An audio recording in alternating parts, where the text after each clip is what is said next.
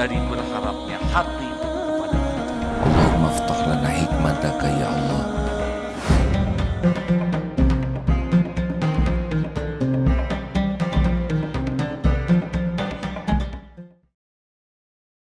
Salah pilih teman.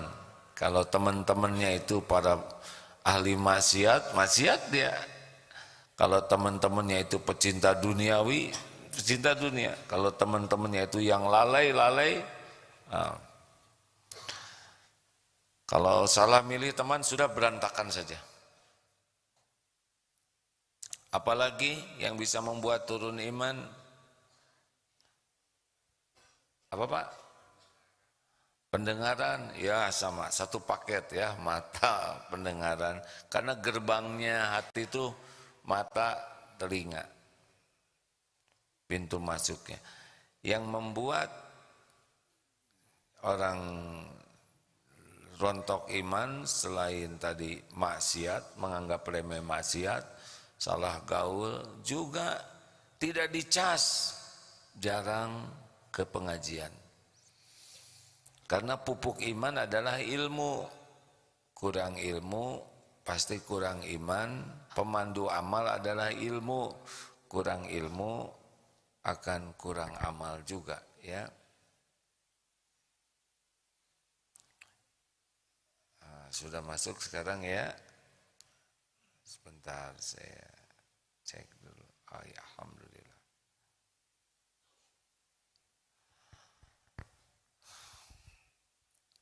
Jadi harus bagaimana sekarang? Maka yang pertama sekali kita harus mulai sadar kalau sudah mulai kering ya sholat. Biasanya nurun ya, biasanya sholat berjamaah di masjid. Datang lebih awal biasanya begitu. Sholat sunnah tahiyatul masjid, menunggu azan. Kemudian sholat cari saf yang paling utama. Nih kalau iman lagi kuat begini nih. Lelaki ya, cari saf yang paling utama. Sesudah selesai sholat, zikirnya lengkap. Kemudian sholat rawatibnya lengkap. Nah ini lagi kuat iman begini. Tahajudnya bagus. Mau saum Senin Kemis atau saum sunnah. Atau saum Daud. Ngajinya enggak mau lepas dari Quran. Kalau kuat iman, biasanya ibadahnya bagus dan hatinya tenang, ajeg. Doa itu nikmat, ya Allah, nikmat, nikmat, nikmat, ya.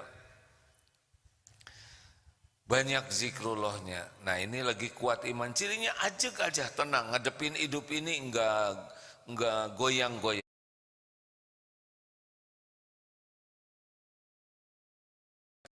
Remeh maksiat, nanti ke masjid juga mulai datangnya telat. Yang biasanya sebelum azan, nanti datang ke masjid sesudah azan atau sedang azan.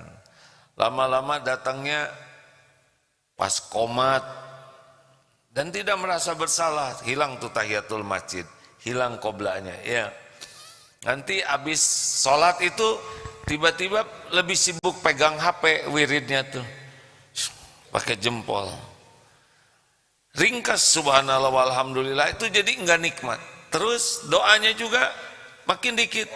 Rabbana atina fid dunya hasanah fil akhirati. Kalau bisa nebeng. Kamu lagi doa, amin amin amin, beres. Lama-lama sholat sunnahnya hilang. Yang tadinya bagus jadi gesit, asal aja ada. Lama-lama habis sholat itu tidak mau telat 2 kali, datang. Dia telat, pulang duluan. Pasti ada aja keinginan untuk keluar dari masjid. Lama-lama sholatnya malas ke masjid, di musola atau di kantor di mana, tidak mau melangkah lagi ke masjid. Lama-lama makin telat sholatnya. Ini ciri-ciri iman makin turun ya. Tidak lagi senang berjamaah, sholatnya sendirian, udah sendirian telat. Nah udah musibah lah. Itu tahajud bakal hilang. Kalau sholat sudah ditelat-telat, tahajud hilang. Ngaji juga malas, WA saja terus, YouTube saja terus. Kemudian doa basa-basi, udah lewat doa itu. Zikir jarang. Kalau sudah begini kering, gampang emosi, gampang tersinggung, marah-marah, ruwet. hidup itu tidak tenang. Inilah musibah. Jadi harus bagaimana? Tetapkan hati ini dalam agamamu.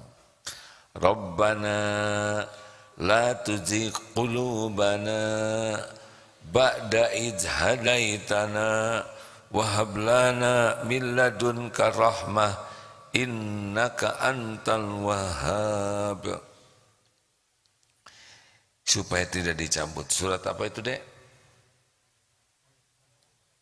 Ali Imran ayat 8. Coba dibacakan lebih lengkap.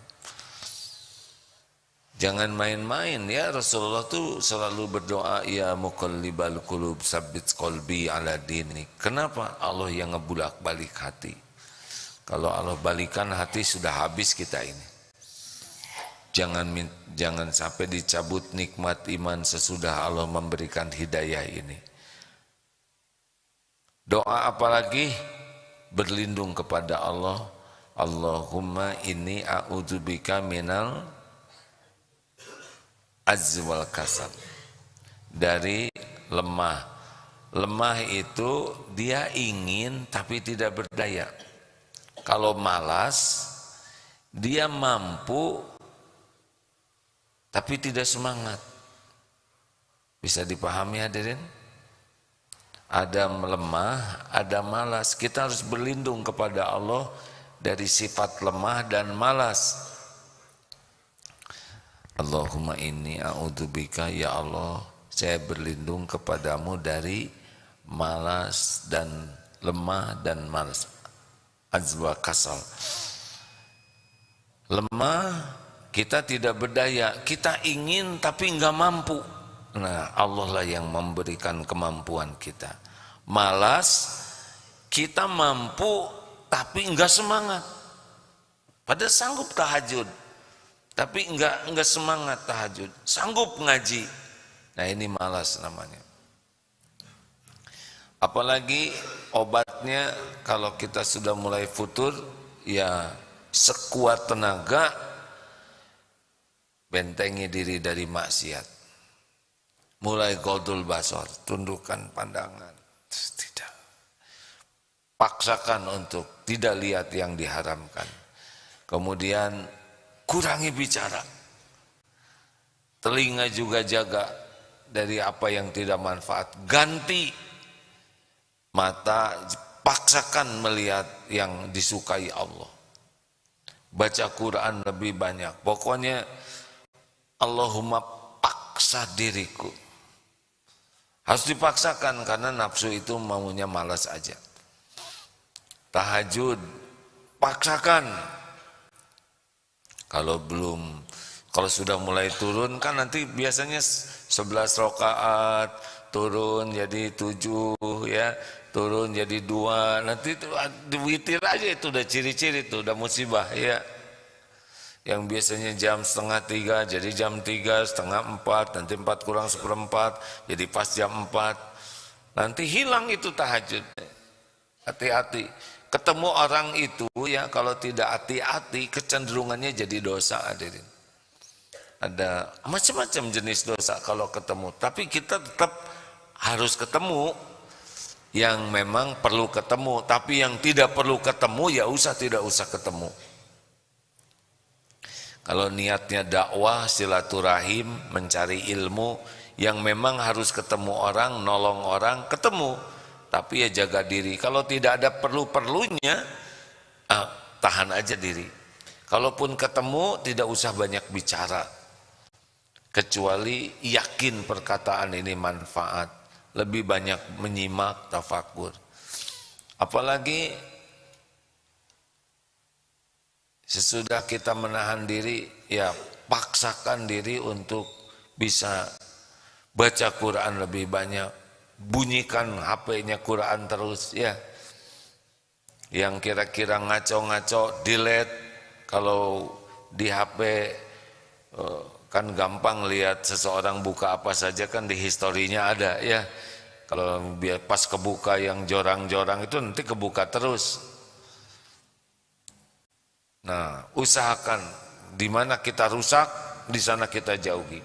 bunyikan terus HP-nya ayat Quran supaya kita malu kalau baca Quran lihat yang ngaco, ya.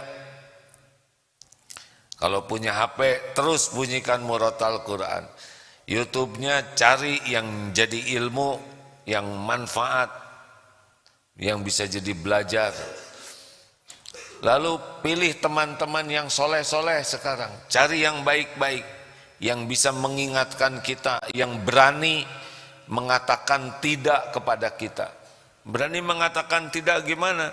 Ya kalau kita ngajak kamu tidak, enggak mau. Jangan, kita harus punya teman yang, kamu jangan lakukan itu. Harus punya teman yang berani mengatakan tidak, yang menolak, yang mencegah. Jangan teman-teman yang hanya mendukung terus, walaupun maksiat dia mendukung. Jangan, saya tidak mau. Itu perkataan baik, hadirin. Istri solehah itu bukan istri yang selalu nurut dengan apa yang diingini suami. Kalau yang baik nurut, tapi yang tidak harus berani mengatakan tidak, ini salah, saya tidak mau. Tentu saja dengan cara yang bijaksana, ya. Nah, begitulah rekan-rekan, doa dikuatkan, kemudian berhenti berbuat maksiat, lalu paksakan diri, minta tolong ke Allah sambil dipaksakan tahajudnya, saumnya, pokoknya mengajinya, paksakan aja, pakai target. Allah melihat kita bersungguh-sungguh memaksakan diri kita, nanti Allah yang membuat kita mampu. Cari lingkungan yang baik dan terus cari tambahan ilmu. Dengar kisah orang-orang soleh, dengar bagaimana sikap Rasulullah SAW. Plus yang paling penting lagi adalah banyak tafakur, ya. Banyak menyendiri, saya tuh apa ini, kenapa saya begini, ya.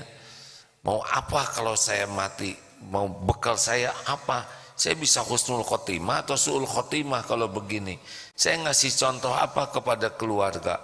Dan tafakur tentang diri, tentang mati, tentang nikmat dari Allah, tentang dosa-dosa, itu akan membantu kita menyadarkan diri dan mereposisi diri. Itu kurang lebih, ya. Ingat jangan sampai su'ul khotimah, ya. Jangan sampai su'ul khotimah, hancur